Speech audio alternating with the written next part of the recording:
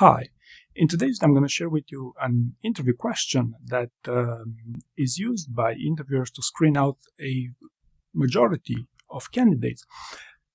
And what's even more interesting than this is you could fail to answer this interview question regardless on whether you prepared for your actual job interview. So let me first tell you the question, and then let's discuss why is this question so efficient to differentiate between candidates. Tell me about the time when you worked on to improve the quality of a product, service, or solution that was already getting good customer feedback. Why did you think it needed improvement, and how did the customers react? All right, so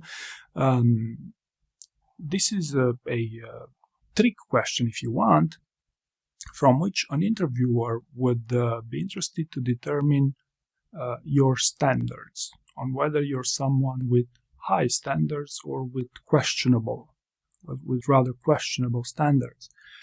How does it happen? Well, candidates with lower standards would usually focus on picking an example of a product, service, or solution that was broken, which they fixed.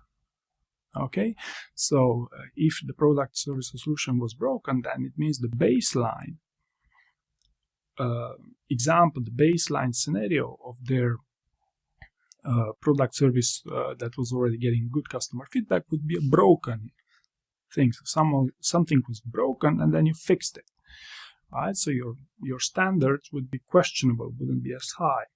Whereas by contrast, a candidate with high standards would focus on examples, showcasing an example that was already of a product or service that's already high quality, which they further improved, so their baseline scenario would already be a high quality. Okay, so this is super important to highlight listening skills for the purpose of a job interview, because if you read between the lines a bit of this question, tell me about the time when you worked on to improve the quality of a product, service, or solution, it already has the keyword, quality, standards, high standards, which was already getting good customer feedback.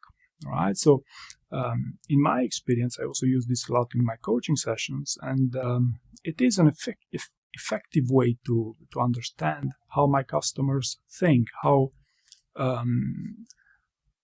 candidates interpret these high standards. And it is widely believed that you cannot really teach customer obsession. Concepts such as customer obsession, some people, just focus on customer support rather than obsession. So it's these types of examples that may make or break the show during a job interview. And this is why I encourage you to really listen and read between the lines of these questions in order to understand why they get asked. And this is the best path for you to deliver one of your best stories of a high quality service or solution that you further improve. You came up with some innovative idea, if you want, that wowed your customers. So I hope you found this useful, and thank you very much for watching.